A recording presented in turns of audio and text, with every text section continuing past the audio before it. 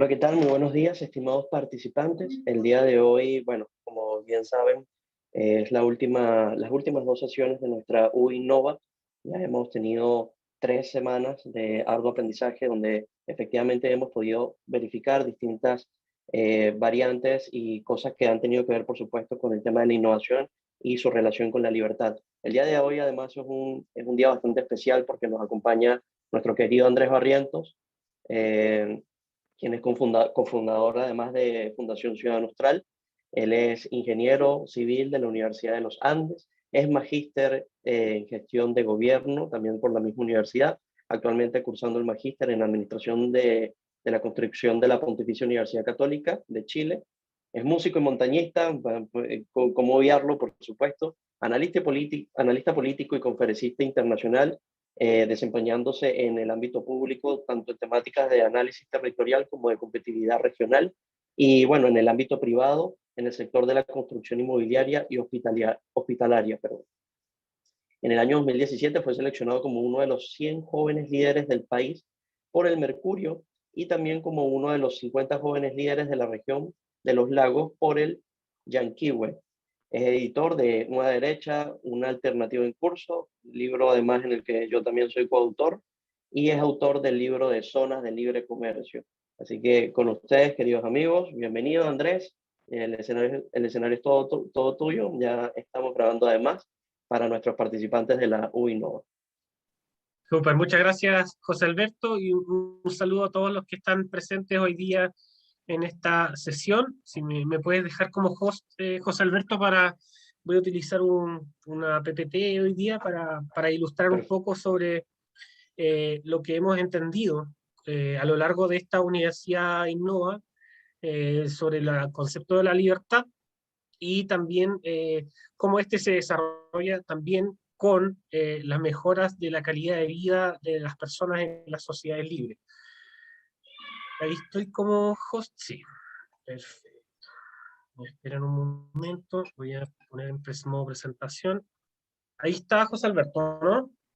¿Se ve bien? Sí, se ve perfecto. Ya, porque hoy día estoy con una pantalla, pero dos computadores. Así que un saludo a todos. Bueno, como dijo José Alberto, soy Andrés Barrientos, soy uno de los cofundadores de Ciudadano Austral. Y el día de hoy vamos a hablar sobre sociedades libres e innovación. Decidí partir esta presentación con algún resumen de lo que ha sido también la innovación, en conectar con algunos puntos de las distintas charlas de los buenos expositores que hemos tenido. Y cuando nos preguntamos por qué es una sociedad libre o qué es el mercado, qué es la economía, siempre nos surge la primera impresión de la venta de productos, insumos, de cosas que uno desarrolla en el día a día. Pero si nos vamos un poco más a la raíz del asunto, podemos determinar que simplemente, en términos muy básicos, para entenderlo de forma normal, es que la economía simplemente es acción humana. Acción humana y no necesariamente por la forma de intercambios a través de un sistema de precios o a través de lo que nosotros valoramos o consideramos dentro del desarrollo entre las personas, sino que acción humana en el que las personas van determinando sus distintas decisiones a través de las interacciones entre los seres humanos. Es decir, no existe economía, no existe desarrollo sin interacción entre las partes, ¿ya?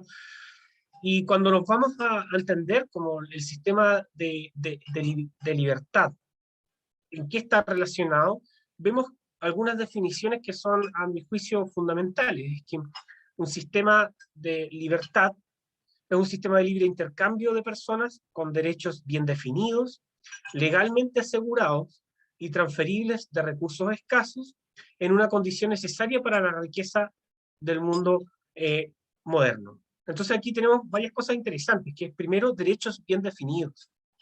Y aquí no estamos hablando de derechos sociales, que a tanto al socialismo le gusta incorporar en sus cartas magnas, sino que hablamos de derechos de propiedad bien definidos. Entonces, cuando nosotros tenemos derechos de propiedad bien asegurados y bien definidos, lógicamente tenemos mejores condiciones para poder desarrollar.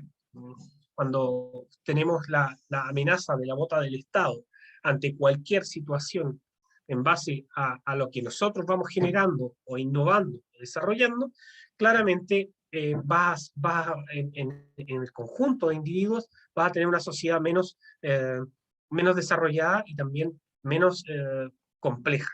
¿Ah? Al socialismo siempre le ha gustado tener sociedades menos complejas. Cuando me refiero a menos complejas, me refiero a que busca mayor uniformidad entre los individuos. Las sociedades más complejas claramente son sociedades que permiten desarrollar de mejor forma estos intercambios entre los recursos escasos que se van dando entre las personas. ¿Ya? Por otro lado, Ludwig von Mises, que bien habrán escuchado ya en estas charlas también, nos dice que un sistema social de división del trabajo basado en la propiedad privada de los medios de producción, donde el actor se pone invariablemente al servicio de sus conciudadanos. O sea, aquí también tenemos que sacarnos ese estigma o esa etiqueta del socialismo que intenta mostrar de que los promotores de la economía de mercado somos inhumanos. Nosotros promovemos la acción humana. Entonces, al promover la acción humana, ¿qué más humano puede ser el que las personas se puedan dar a través de intercambios libres? Y así nos dice que, además, el hombre es un fin en sí mismo, y no un medio, que es muy importante también para todos los planificadores que les gusta planificar las aspiraciones humanas. Porque dice que, en tanto, coactúa con los demás para que se puedan alcanzar sus propios fines. ¿Claro? Eso nos dice Mises.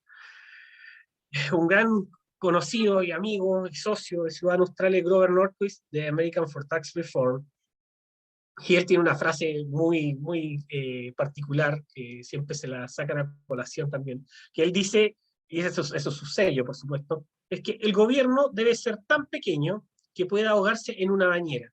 Pero esto lo dice en un contexto de que siempre la expoliación del Estado a los bolsillos de las personas está presente, y así cuando los estados o los gobiernos empiezan a socavar las bases fundantes de su libertad, por ejemplo el caso chileno, termina ahogando la iniciativa privada, ahogando la innovación, ahogando el emprendimiento y las capacidades de ellos, y terminan las personas yéndose, sacando cuentas en el extranjero, invirtiendo en otros lugares donde esto es más simple. No sé, claro, un gobierno debiese ser tan pequeño, es una frase muy simple, pero resume en gran medida, por ejemplo, el libro de Hayek de El orden social liberal, de las camisas de fuerza.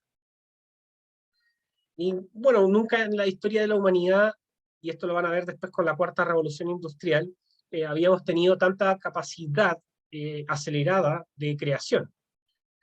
Y esto viene dado por la aceleración de los intercambios voluntarios, por la aceleración de una concepción de la producción, y esto ha permitido que en los últimos siglos, en el siglo XIX, XX y ahora el XXI, por supuesto, tengamos más información disponible para poder crear e innovar y buscar nuevas necesidades para satisfacer el bienestar de los ciudadanos. Cuando también nos vamos, y esto me voy también a la charla anterior sobre la libertad económica, cuando hablamos sobre libertad económica, tenemos que entender que la libertad económica tiene algunos pilares que son fundamentales para poder entenderla en su globalidad. Y en el mundo tenemos dos métodos, metodologías para poder medirlo con mayor rigurosidad y también con bastante tiempo. Tenemos el Instituto Fraser, que junto con Cato realizan el índice de Economic Freedom of the World año a año, y el índice de Heritage Foundation también saca el Index of Economic Freedom todos los años, tal como lo hace Fraser, y pueden revisarlo. Entonces el día de hoy vamos a centrarnos principalmente en el de Fraser, en el cual tenemos una relación más estrecha con Ciudadanos. Entonces, algunas cosas que tenemos que tener en consideración previo a la discusión que vamos a poder tener sobre innovaciones. La libertad económica genera crecimiento y prosperidad. Y esto no es una frase a la libre, sino que es una frase que está amparada también por la evidencia internacional, por los indicadores, por también lo que hemos vivido a lo largo del tiempo. Entonces, a mayor libertad, tenemos crecimiento económico y también calidades de vida o formas de bienestar mejores. Por otro lado, los derechos económicos son derechos fundamentales. Eso es súper clave, en el sentido que sin ellos no pueden haber libertades políticas o civiles. Un caso puntual. Si el Estado quiere pasar y tener una carretera en un determinado predio, existe en distintas legislaciones en el mundo formas para poder expropiar. Lo más arbitrario de un extremo es que el Estado llega, expropia y no le paga a precio de mercado porque quiere realizar una carretera. Y por otro lado, si tú tienes el derecho económico asegurado en tu constitución, en la cual el Estado, si va a hacer una expropiación fundada, como el caso, por ejemplo, de una gran carretera, debe pagar a precio de mercado esa expropiación. Pero también no puede llegar el Estado y arbitrariamente promover expropiaciones por nada.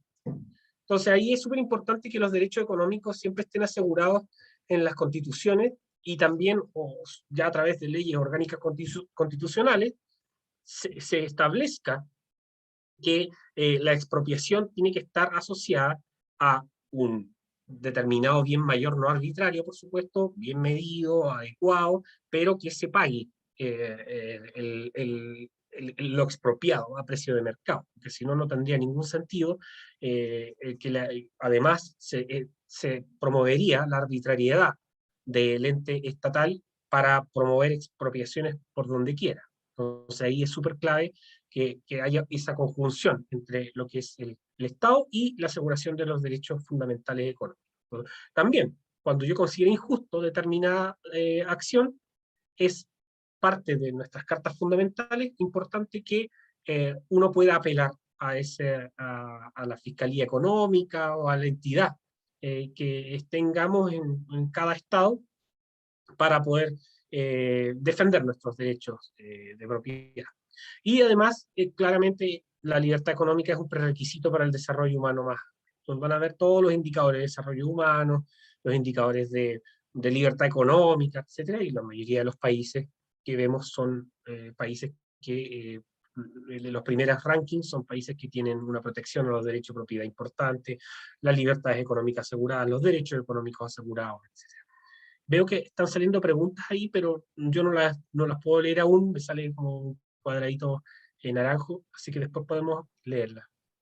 Entonces lo mismo ocurre cuando vemos en resumen los temas de la creación de riqueza.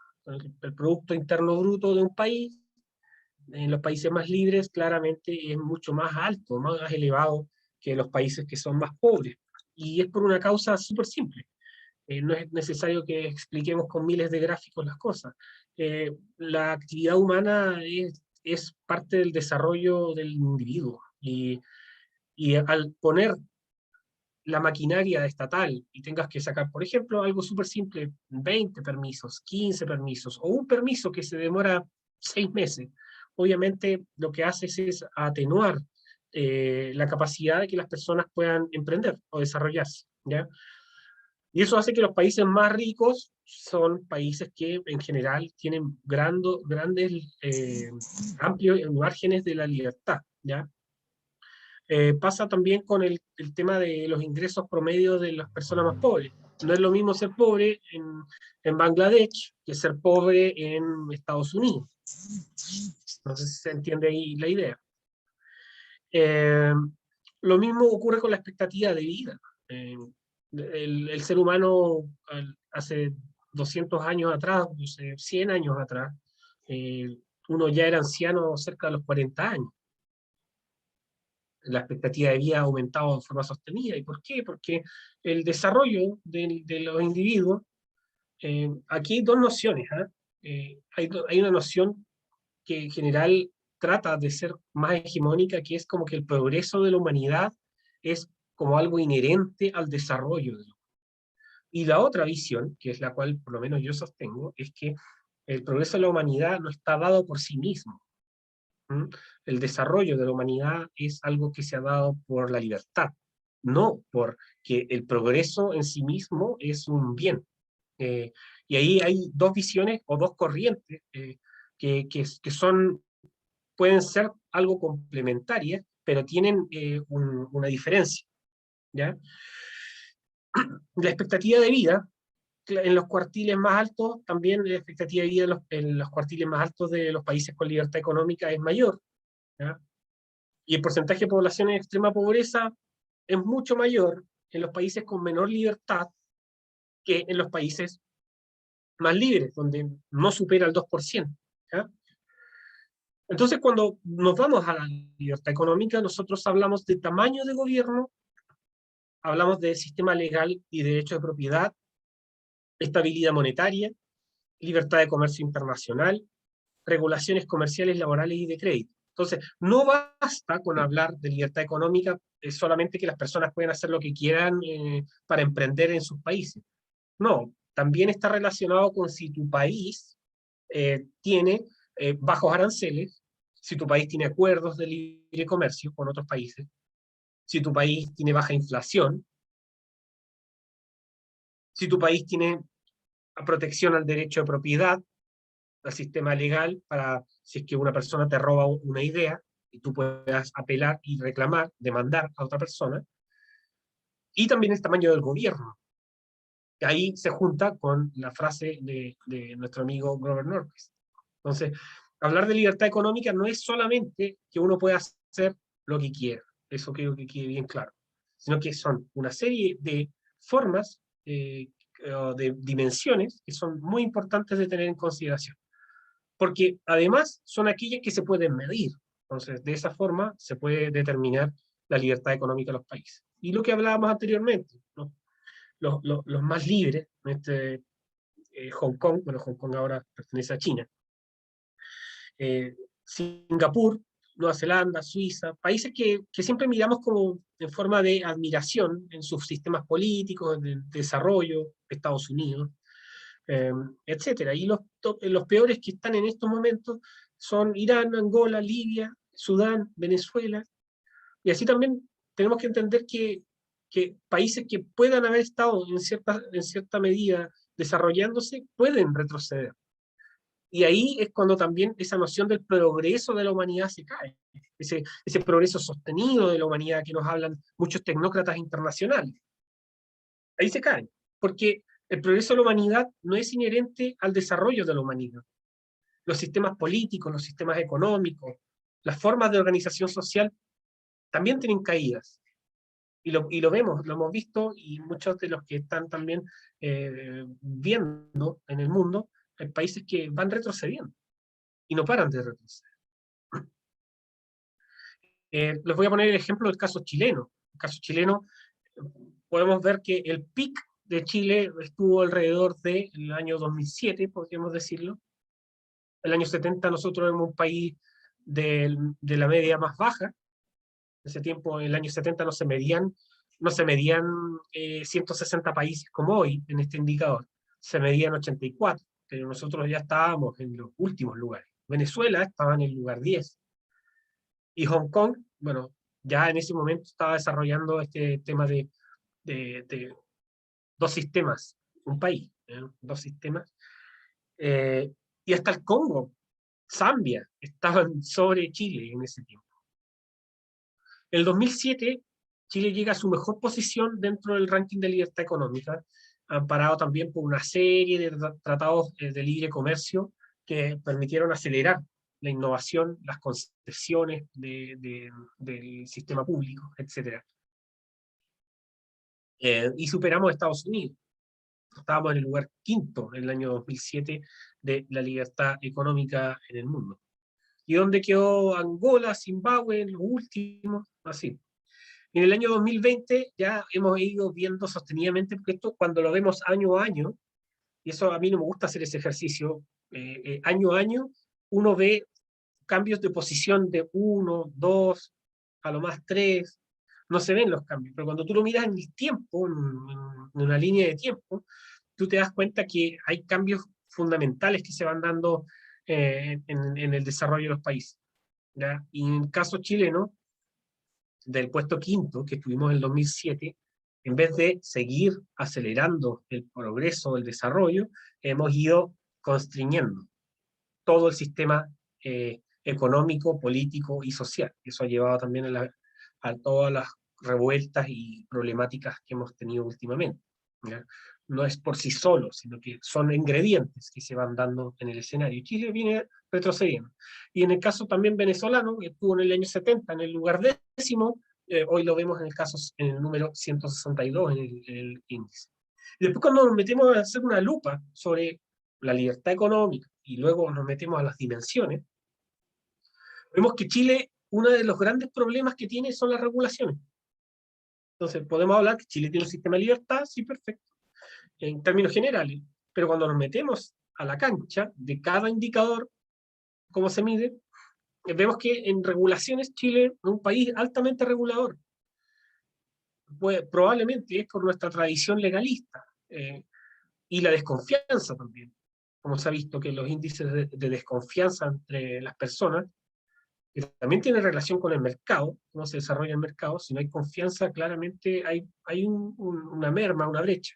Y Chile está en el 82. En el mercado crediticio, Chile, al tener además un gran mercado de capitales dado por el sistema de capitalización individual, que es nuestro sistema de pensiones actual, que lo han ido desmembrando los políticos, Chile tiene un mercado crediticio, a pesar de todo ello, un mercado crediticio en lugar 60. Y el mercado laboral somos de los últimos países, que es interesante. Entonces tenemos un sistema institucional efectivo, pero podría serlo mucho más si nuestro mercado laboral no sea tan rígido. ¿Y qué está pasando con eso? Lo que ocurre en todos los países latinoamericanos en general, que tenemos altos grados de informalidad. ¿Por qué? Porque crear un negocio, que a pesar de que se han hecho esfuerzos también de crear empresas en un día y cosas por el estilo, el mercado laboral en sí mismo es muy rígido para la contratación, para la flexibilidad horaria, para el pago de la seguridad social, etc. Y en el clima de hacer negocios, Chile está en el lugar, ¿ya? Hay un micrófono abierto, parece, por ahí. Después nos vamos. Sí. ¿Hay alguien con el micrófono abierto? Si puedes ver, José Alberto. Ya. En tamaño del gobierno. Entonces, aparte parte de una crisis social, y los políticos lo primero que hacen es tirar la billetera hasta donde pueda y hasta donde no pueda, ¿ya? Y así es lo que hemos estado viendo en Chile. Chile recibió un gobierno socialista de Michelle Bachelet con un 25,6% de deuda al PIB. Y se proyecta que con todas las medidas de COVID, los encierros que ha promovido el Estado, y además con todo el llamado insurrección de octubre, un 48,3 se proyecta de deuda del PIB. Entonces, Chile tenía una deuda del PIB el año 2007 de menos de un 7%, y hoy ya está proyectándose tener una deuda cercana al 50%, lo cual obviamente eso deteriora el proceso de innovación, de trabajo, emprendimiento, de desarrollo de la libertad y de vivencia de la libertad. En el que iba a hacer negocios, Chile estaba en el lugar 25 en el año 2007. Ese año para mí es el año que al menos en los indicadores muestra que Chile tuvo grandes avances, ¿no? Y el clima de hacer negocio el 2020, el último, Chile sigue retrocediendo en lugar 59. Y podemos ver, por ejemplo, Kazajistán, una ex república socialista soviética, Belarus también, que están sobre Chile, hasta Kenia está sobre este país. Entonces, es para mirar con cuidado de sobre todo cómo los países empiezan a retroceder. Entonces, estamos viendo ese retroceso lo estamos viviendo hoy. Y por eso es muy importante que todos los tomadores de decisión, o todos los que nos estamos formando para en el futuro, o en este momento, empezar a trabajar, tengamos estas dimensiones y estas nociones bien ancladas en nuestro desarrollo intelectual, porque al momento de hacer políticas públicas tenemos que tomar en consideración todo esto. Lo mismo ocurre con el Banco Mundial, en el clima de hacer negocios, cuando empezamos a ver las dimensiones, vemos cómo vamos disminuyendo los lugares uno a otro. Aquí quiero hacer una salvedad, que claramente el Banco Mundial, el Doing Business, ha hecho cambios en su metodología y que ha provocado ciertas polémicas y todo, pero para verlos en términos generales no hay problema en términos de comparar, porque son posiciones relativas dentro del ranking con respecto a otros países. Entonces, apertura del negocio, retroceso, el permiso de construcción, retroceso, obtención de electricidad,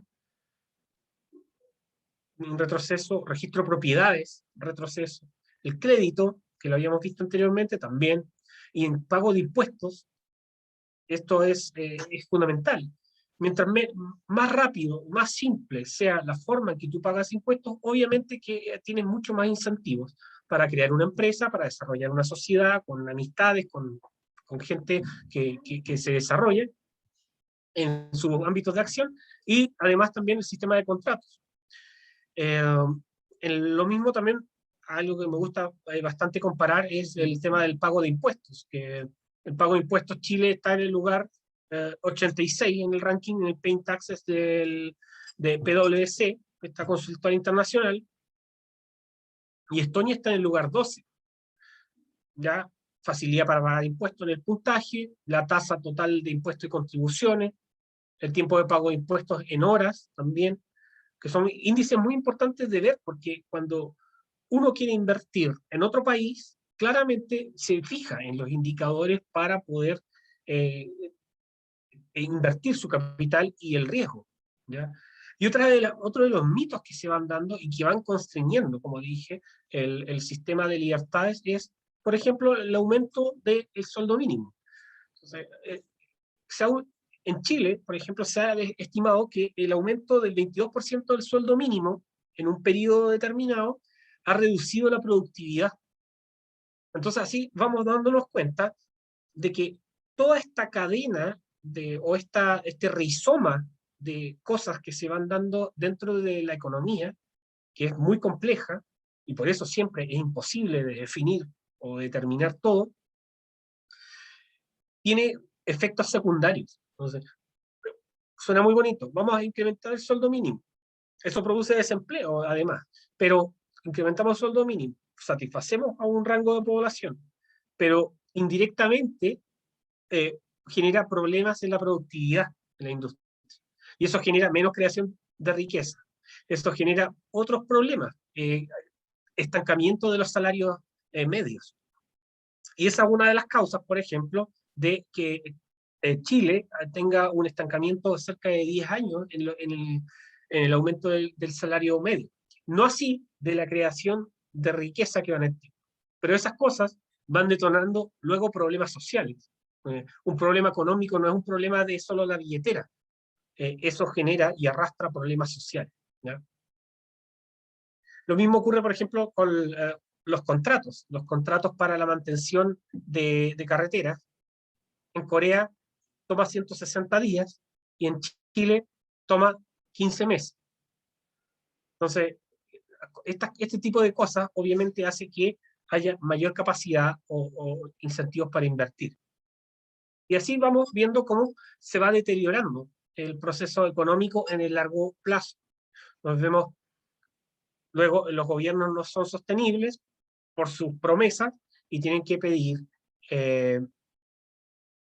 préstamos al Fondo Monetario Internacional, aumenta la deuda pública, suben impuestos, porque esa es la siguiente presión. Cuando tú ya no tienes dinero para satisfacer, tienes que buscar de dónde expoliar a las personas para luego entregar las dádivas de los estados. La deuda externa sube, y así seguimos teniendo problemáticas que se van desencadenando por malas decisiones. la mala decisión es que cuando no se comprende que la libertad ayuda a todas las dimensiones anteriores. Y este es un mensaje que quiero darles también para ir cerrando, es que la importancia de ser contestatarios y la importancia de estar conscientes de que la libertad es la vía y el camino para desarrollar a nuestras naciones. Están golpeadas en Latinoamérica por el socialismo, están golpeadas por los colectivistas de todos los partidos. Y ahí a mí me gusta una frase muy prometedora del año 1979 de José Piñera, que a sus 30 y fracción años hizo grandes reformas por nuestro país, que llevó a ser lo que somos hoy. Dice, dar un golpe de timón en todos los campos, crear esquemas nuevos, originales, hacer una verdadera revolución libertaria.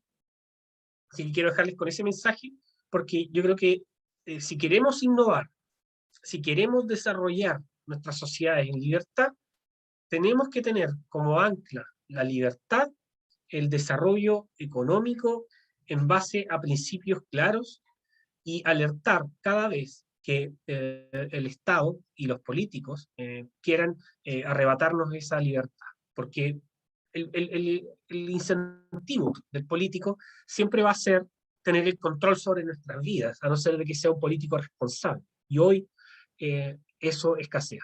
Así que eso es lo que tenía para comentarles hoy, José Alberto, y muchas gracias también y atento a las preguntas. No, muchas gracias a ti, Andrés, por supuesto, y como siempre, una espectacular disertación.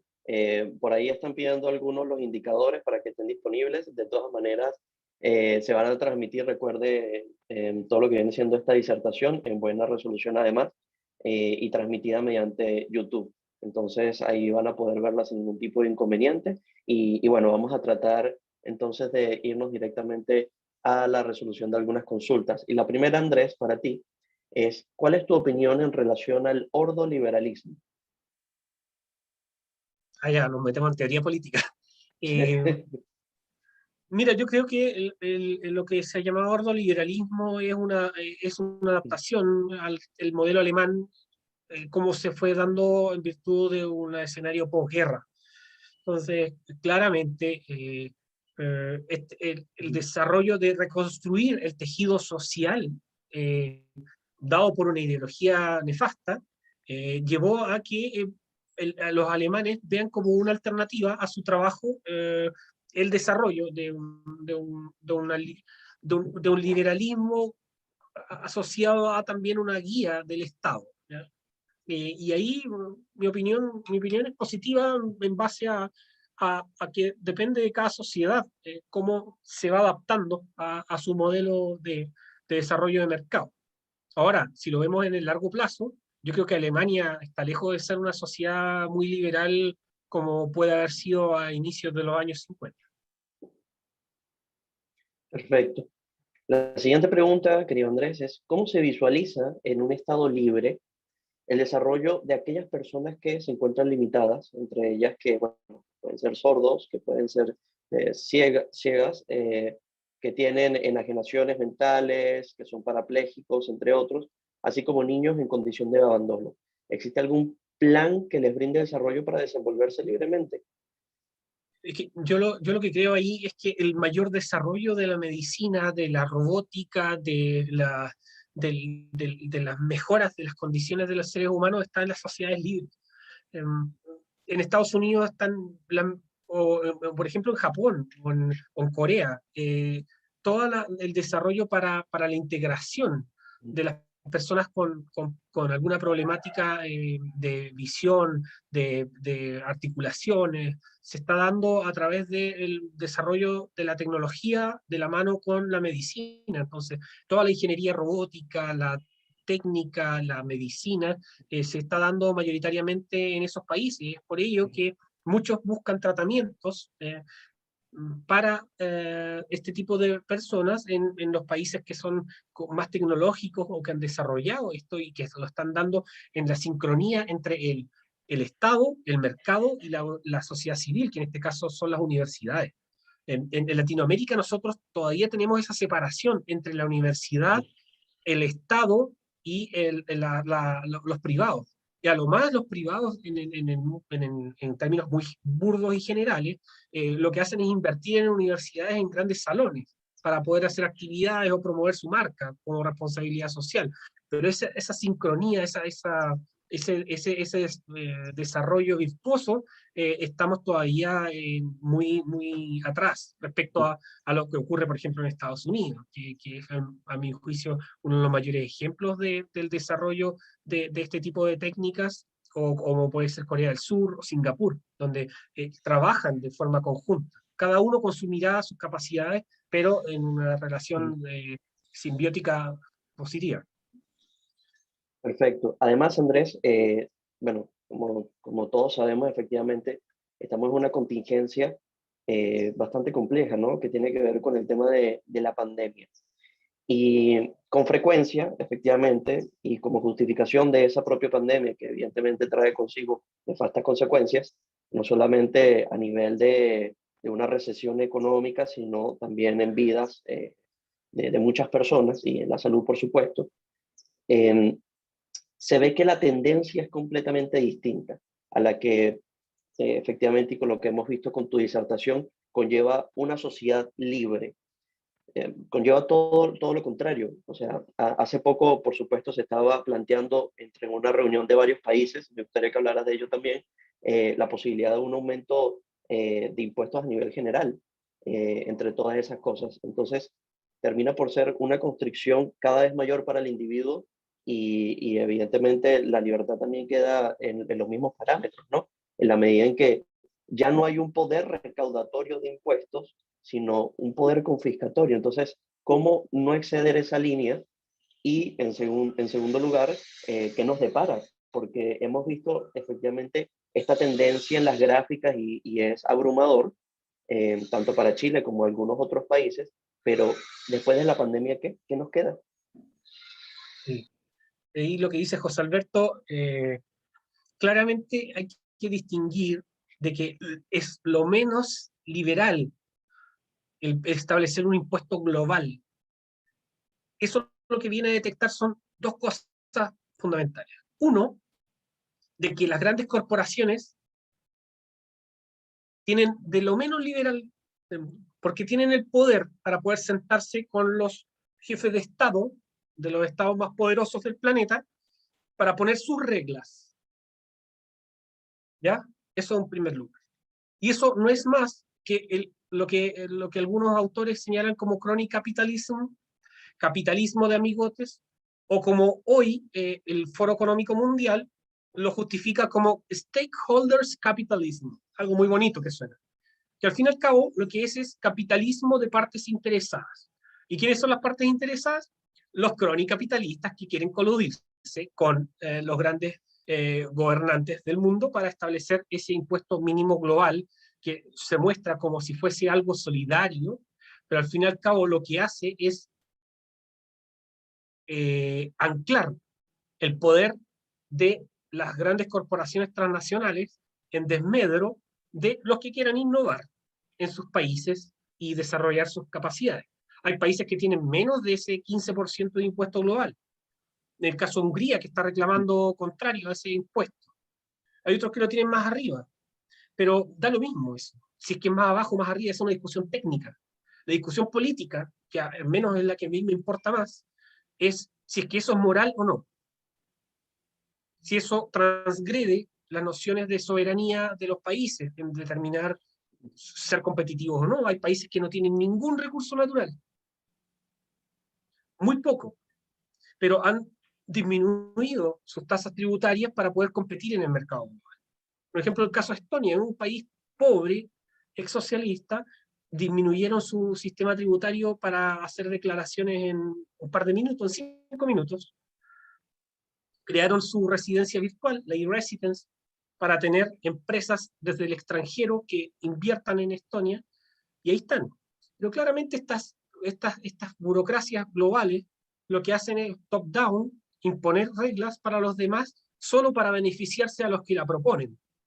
pero terminan agrediendo, obviamente, a las industrias de otros países o otras nacionales más pequeñas. No necesariamente son las grandes Big Tech o las grandes Procter & Gamble, no quiero decir más empresas, pero no necesariamente son solo ellas, ¿ya? Perfecto. Además, Andrés, bueno, está de más decir, y nosotros hemos popularizado esta noción cuando hemos conversado en la Comisión de Constitución, en la Cámara de Diputados, además de la hipertrofia impositiva que sufre actualmente Chile, estamos viendo también una hipertrofia de regulaciones, de mecanismos de control que no permiten no solamente que no puedas por la vía tanto impositiva como también por la vía pues, de generar valor, el poder hacer cosas, sino que valor en todo tipo de sentido en cuanto a los controles que te configuran en virtud de un confinamiento. ¿Cómo afecta eso a la innovación, querido Andrés?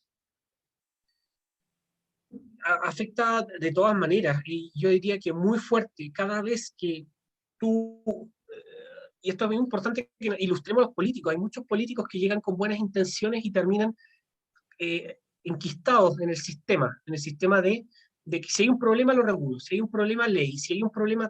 A veces los problemas no se dan por las regulaciones mismas, sino que por la ampliación de las libertades.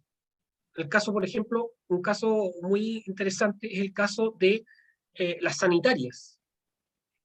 Cuando en Chile se privatizan las sanitarias y se dan amplios rangos de acción para las sanitarias, con una regulación razonable, con una superintendencia, con un marco regulatorio adecuado, por supuesto. No, nada hacia la libre, pero con un marco regulatorio adecuado.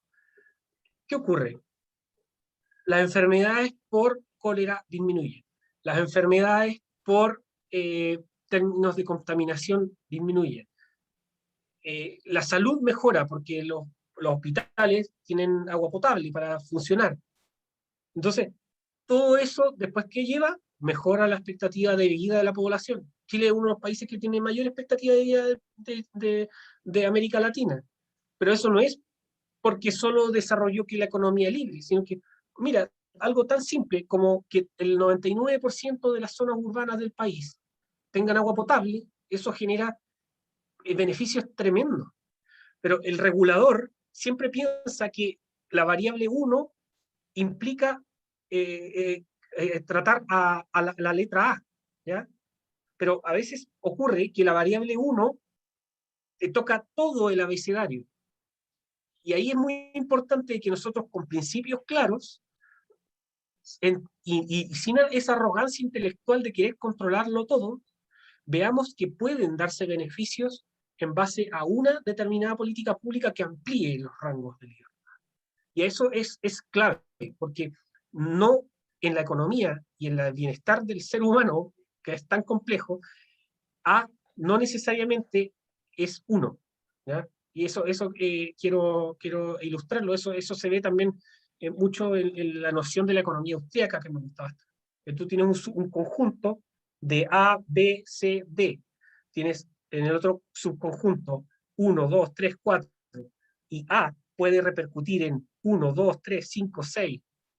No necesariamente es biunívoca la relación entre la política pública, el desarrollo, como los planificadores lo buscan. Entonces, eso es súper importante. Y así, cuando menos regulaciones para todo tenemos, obviamente hay mayor rangos de innovación. De hecho, en Chile, por ejemplo, los burócratas del Ministerio de Salud buscan regular, y los políticos regular una y otra vez el consumo del tabaco.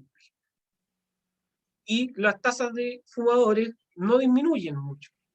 Y las muertes por uso de tabaco no disminuyen mucho. Y sin embargo, las regulaciones, las campañas, toda la maquinaria del Estado para poder constreñir ese mercado se da y no cumple su objetivo. Las regulaciones de alimentos no cumplen su objetivo por el gran tamaño de recursos que se utilizan además. Pero sí empiezan a aparecer, por la libertad, productos alternativos, por ejemplo. Para no utilizar la grasa de animal, por ejemplo, empiezan a salir leches alternativas de vegetales. Para no fumar, o para las personas que quieren dejar de fumar, buscar alternativas en vapeo. Y así, y después llegan los burócratas y dicen esto también es malo. Entonces, es una cuestión de nunca terminar. Por eso es importante tener las nociones básicas dentro de nosotros.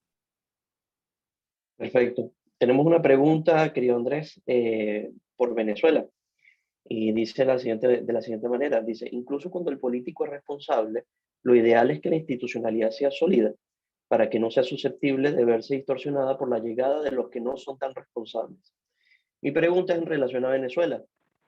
¿Cómo ves la posibilidad de transformación de nuestro país partiendo de la situación actual a un modelo completamente federal, una república liberal? ¿Cómo te imaginarías tú una transición idónea en términos de las principales políticas públicas económicas?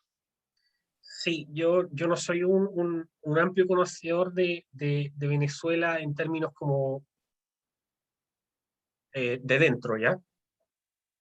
Lo que sí tengo que dejar claro es que un proceso de transformación de un país, lo tengan en 10 años más, en 5 años más, o en 20, esperemos que sea más pronto que en mediano plazo, siempre tiene que estar anclado en la noción de la misma patria, de los ciudadanos, de cómo lo perciben, o que tenga raigambre en ciertos fenómenos históricos. ¿Ya? Por ejemplo, en Chile, las reformas del año 75, no es que un grupo de iluminados que estudiaron en Chicago vinieron e implantaron ideas. No, tenían los conocimientos técnicos, pero Chile ya había tenido un modelo de libertad eh, cerca de 100 años atrás. Entonces, ahí hay que jugar bastante bien entre el fenómeno histórico para poder perfeccionarlo y que tenga un anclaje en la sociedad venezolana. Y eso es clave, porque si no, si tú no tienes aceptación de un modelo de libertad, como ya tuvieron en su momento, van a tener que adaptarlo para que eso la gente lo perciba como algo correcto y bueno. Cuando tú percibes algo como correcto y bueno, vas a poder hacer la reforma. Si no, vas a tener protestas sociales, vas a tener personas que no entienden el fenómeno y eso va a ser mucho más complejo de poder realizar. Ahora, lo que sí, esto yo tengo una opinión personal, es que dado el grado de aniquilación de libertad que hay allá y el deterioro palmario para todos, es mucho más proclive de hacer cosas más radicales en la primera etapa para luego ir perfeccionando en el tiempo. Y ejemplos hay varios. El caso estonio, Estonia hizo reformas radicales, Polonia, sus reformas económicas de los 90 con Lech Walesa, reformas radicales de cambios de la deuda, de formas de emisión del dinero, la autonomía del Banco Central, reforma del sistema político.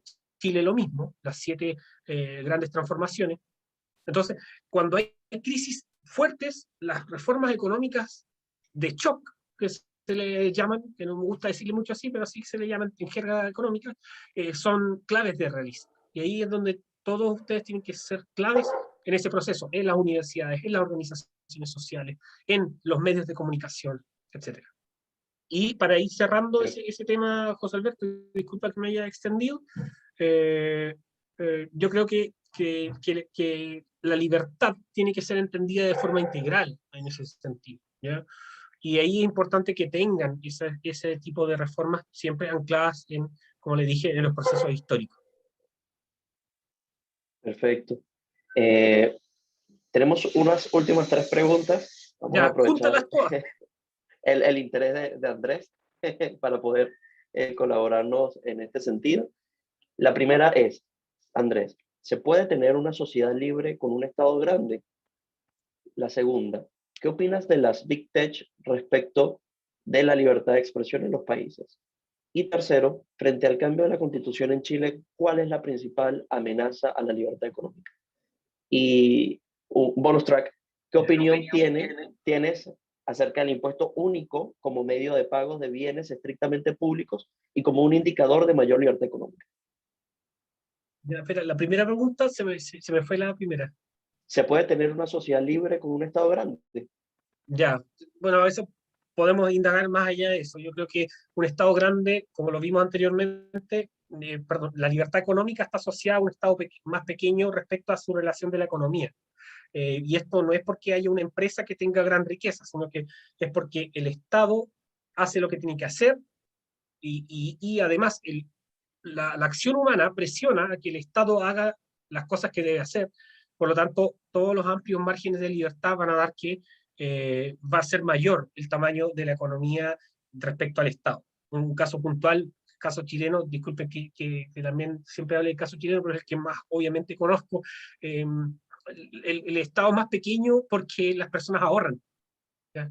Algo tan simple.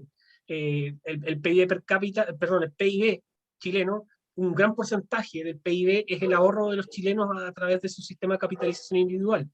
Ahora, que ahorramos poco, ahorramos harto, o bastante para la seguridad social, eso es una discusión técnica. ¿Ya? Pero la discusión política es que el Estado ha estado disminuido, ha aumentado su deuda pública, ha aumentado su gasto, todo. Pero las personas han ido ahorrando, ahorrando y han hecho que también esa economía sea más grande que las personas. Yo creo que no existe libertad con grandes, no existe libertad económica con un Estado grande. Y esto voy, por lo menos, a la crítica que tengo al modelo chino. Después la segunda pregunta, José Alberto. ¿Qué opinas de las Big Tech respecto a la libertad de expresión en los países? Ya, ahí esa es una discusión súper interesante que da para mucho rato.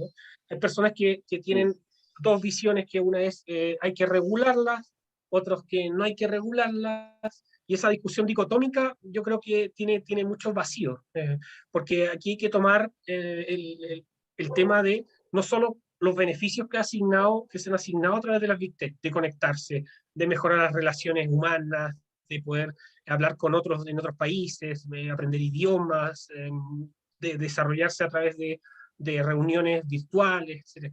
Aquí la discusión de la libertad de expresión está dada porque si es que esas empresas violan aspectos fundamentales dadas por los derechos inalienables reconocidos en nuestras constituciones. Entonces, si una empresa quiere desarrollarse en un país, obviamente tiene que respetar esas normas determinadas. No sé, el free speech, por ejemplo, en Estados Unidos, está asegurado en la primera enmienda. Y esa noción, hay una noción también de cuando una empresa se vuelve un bien público. Yo tengo matices, yo no soy de los que dice que todas las Big Tech son bienes públicos, pero sí están haciendo una transición hacia algo. No lo sé, ¿ya? Pero eso que está en el borde entre lo que es un bien público y lo que es una empresa privada, mmm, hay que tener como cierta suspicacia en tanto a que si ellos van a controlar la información o no. Estamos frente a un gran hermano o no. Bueno, si usted quiere funcionar en mi país, funcione en base a las reglas del juego. Pero, pero claro, si la Constitución me asegura que yo tengo libertad de expresión, ahí yo por lo menos soy de la posición de que la empresa tiene que tomar en consideración esa libertad. La otra era, José Alberto. ¿Qué opinión tienes acerca del impuesto único como medio de pago de bienes estrictamente públicos y como un indicador de mayor libertad económica? Ya, no entiendo muy bien la pregunta, pero en sistemas de impuestos no conozco un país que tenga un impuesto único a cualquier cosa, no sé, impuesto a la renta, impuesto al IVA, si es que hablamos de impuesto plano, ahí podríamos entrar en esa discusión. Yo soy un partidario de flat tax, pero no por una cuestión técnica, ¿ya? Por una cuestión política. El flat tax es un impuesto plano, eh, está muy asociado a la igualdad ante la ley. Entonces, si tú eres rico, pagas 20%. Si tú eres pobre, pagas 20%. Si tú eres de clase media, pagas 20%. Si tú tienes una empresa grande, 20%. Si tú tienes una empresa chica, 20%. O quizás dar un rango de años de no pago de impuestos, una empresa que está partiendo. Pero yo creo que el impuesto plano es la mejor forma de recaudar de forma más efectiva, de disminuir la ilusión y la evasión, y además simple para poder determinar qué tipo de negocio quieres partir y disminuir también todo ese tiempo perdido en determinar si que vas a constituirte como una sociedad A, B o C con una empresa. Yo creo que el impuesto plano es la forma más efectiva, hay otras, claro, pero es la forma más simple, podríamos decirlo mejor, la forma más simple de constituir una sociedad más libre, ¿ya? Impuesto plano, por ejemplo, tiene Estonia. Y Estonia tiene flat tax, un sistema de flat tax al 20%, no es muy bajo, ni tampoco muy alto, pero sin embargo es súper eficiente en la recaudación. Ese es otro Perfecto, problema de nuestras sociedades latinoamericanas, por lo demás. perfecto. Bueno, con esa pregunta entonces ya cerramos, querido Andrés. De verdad, muchísimas gracias por la disposición, sobre todo un día sábado en la mañana que hemos dispuesto para poder aprender sobre innovación y libertad. Todas estas reflexiones, queridos participantes, bueno, como han podido notar, hemos tenido invitados de distintos lugares y con distintas perspectivas, también de acuerdo a los lugares en los cuales se encuentran y hacen vida. Hemos tenido opiniones desde Ecuador, desde Bolivia, desde Venezuela, desde Chile, y ahora vamos a tener desde Argentina. Entonces, todo esto es un esfuerzo bastante grande, tremendo, efectivamente, que estamos haciendo para poder generar por así decirlo, esta conciencia de cambio hacia las ideas de la libertad que estamos impulsando directamente desde Fundación Ciudad Austral en colaboración con la Alianza Somos Innovación y 20 Formación, que también nos ha apoyado para poder participar en ello. Entonces, muchísimas gracias, Andrés. Nosotros siempre encantados. Y bueno, esta es tu casa, yo no tengo por qué decírtelo, más bien al revés. Pero muchísimas gracias, querido Andrés. Muchas gracias y muchas gracias a todos también. A través de José Alberto también les voy a enviar los links de los índices para que también ustedes puedan revisarlos con más tiempo y todo puedan basarse también en sus investigaciones.